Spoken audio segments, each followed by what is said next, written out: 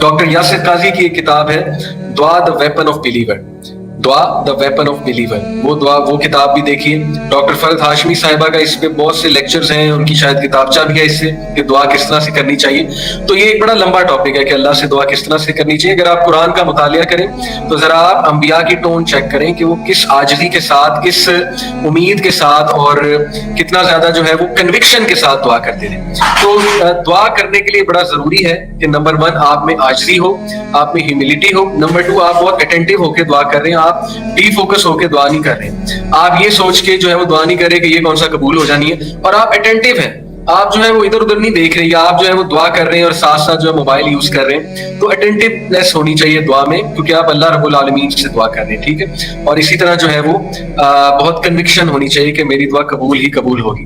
جیسے میں نے ابھی ریسنٹلی ایک ریمائنڈر دیا، اس میں بتایا کہ جب آپ کو کچھ سمجھ نہ آ رہی ہو، آپ ہر طرف سے اپنے آپ کو گھرے ہوئے سمجھیں، اور آپ کو کوئی سولوشن نظر آ رہا ہو تو چپ کر کے درود ابراہیمی پڑھنا شروع کر دیا کریں، یا یونس علیہ السلام کی دعا لا الہ الا انت سبحانک انی کنت من الظالمین، اور فل کنوکشن کے ساتھ کہ اللہ میرا میٹر سالو کرے گا. کنوکشن بہت ضروری ہے. اوکے.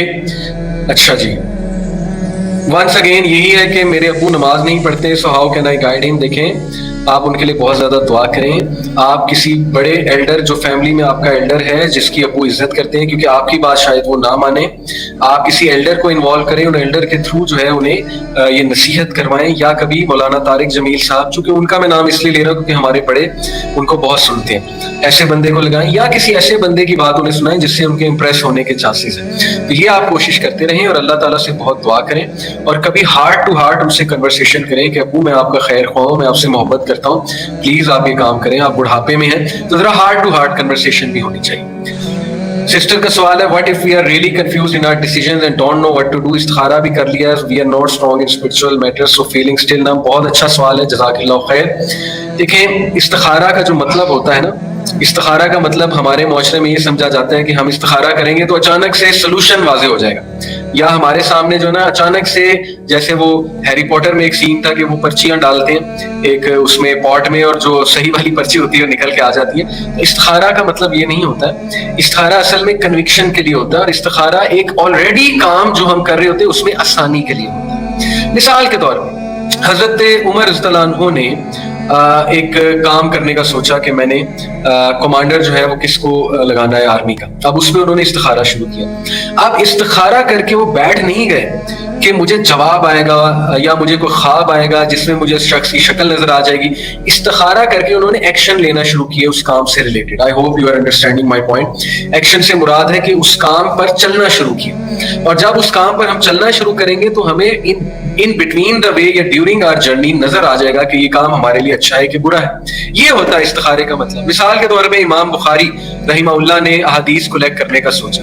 اب وہ ہر نماز کے بعد استخارہ کرتے تھے, لیکن استخارہ کر کے بیٹھ نہیں گئے کہ مجھے خواب آئے گا کہ حدیث کلیکٹ کرنا شروع کر دو. استخارہ کر کے انہوں نے عمل کرنا شروع کر دیا, حدیث کلیکٹ کرنا شروع کر دی, تاکہ ان کو ڈیورنگ دا وے سمجھ آ جائے کہ میں صحیح کر رہا ہوں, یا اس میں کوئی رکاوٹ تو نہیں آ رہی, یا یہ کام مشکل سے مشکل تو نہیں ہوا جا رہا, وغیرہ وغیرہ. تو استخارہ کر کے بیٹھ نہیں جاتے, استخارہ کر کے اشارے کا ویٹ نہیں کرتے, استخارہ کر کے عمل کرنا ہوتا ہے. زندگی عمل سے بنتی ہے. زندگی جو ہے وہ ڈیسیجن میکنگ, وہ لوگ کامیاب ہوتے ہیں دنیا میں جو ڈیسیجن میکرز ہوتے ہیں, جن میں کنوکشن ہوتی ہے. اللہ تعالیٰ نے قرآن مجید میں کہا, so when you have discussed a matter with Allah, when you have trust in Allah, then do it. جب ایک کام پہ تم نے مشورہ کر لیا اللہ سے, اور جب ایک افیئر کے بارے میں ٹرسٹ کر لیا تم نے اللہ پہ, تو پھر ٹرسٹ کر کے اس کام کو کرو. اور استخارہ انسان کو ریگریٹ سے بچا لیتا ہے. میں آپ کو اپنی زندگی کی مثال دیتا ہوں. میں نے جاب چھوڑنی تھی, لاکھوں روپیہ میں کما رہا تھا, میں فیلڈ انجینئر تھا, CB&I ٹاپ 5 کمپنیز میں آتی ہے, امریکن کمپنی ہے, آئل اینڈ گیس سیکٹر میں تھا, میں میکینیکل انجینئر ہوں basically. I was making lot of money in UAE, اور اس وقت اگر میں اس کمپنی میں ہوتا تو آئی ایم ٹیلنگ یو کہ میری کم از کم 10 سے 12-13 لاکھ سیلری ہوتی. تو میں جب چھوڑنے لگا تھا اور پاکستان آنا چاہتا تھا تو میں نے استخارہ کی. اب استخارہ کر کے میں یہ ویٹ نہیں کر رہا تھا کہ مجھے شاید کوئی بندہ آ جائے گا اچانک سے, یا مجھے وہ آ کر کہے گا, یا مجھے کوئی خواب آ جائے گا. میں استخارہ کر کے تھوڑے ایکشنز لے رہا تھا, لوگوں سے مشورے کر رہا تھا کہ جی بتائیں میں جاب چھوڑنا چاہتا ہوں, آپ کا کیا خیال ہے. تو لوگوں نے بھی مجھے کچھ ایسے مشورے دیے جو میری کنوکشن کو مزید بڑھا رہے تھے. اس کا مطلب یہ ہے کہ میرا استخارہ ٹھیک جا رہا تھا. یعنی استخارے کے اگر آپ الفاظ پڑھیں تو آپ کو سمجھ آ جائے گی استخارہ کس لیے ہوتا ہے. استخارہ اس لیے ہوتا ہے کہ ایک آلریڈی جو کام ہم جو کرنے لگے ہیں اس میں آسانی پیدا ہو جائے, یا اس کام میں اللہ تعالیٰ کی طرف سے اگر کوئی رضامندی شامل نہیں تو اللہ اس کو خود ہی مشکل بنا دیتا ہے ہمارے لیے, اور جب وہ مشکل بننے لگ جائے ہم کو سمجھ آنی چاہیے. اس پر میری ایک پراپر ویڈیو بھی ہے, وین ٹو گیو اپ اور when not to give up, YouTube channel. جو کچھ سنا گیا اللہ پاک اس پر عمل کرنے والا اور آگے لوگوں تک پہنچانے والا بنائے. مزید اصلاحی بیانات کے لیے ہمارا یوٹیوب چینل MA ریمائنڈر کو سبسکرائب کریں. جزاک اللہ خیر.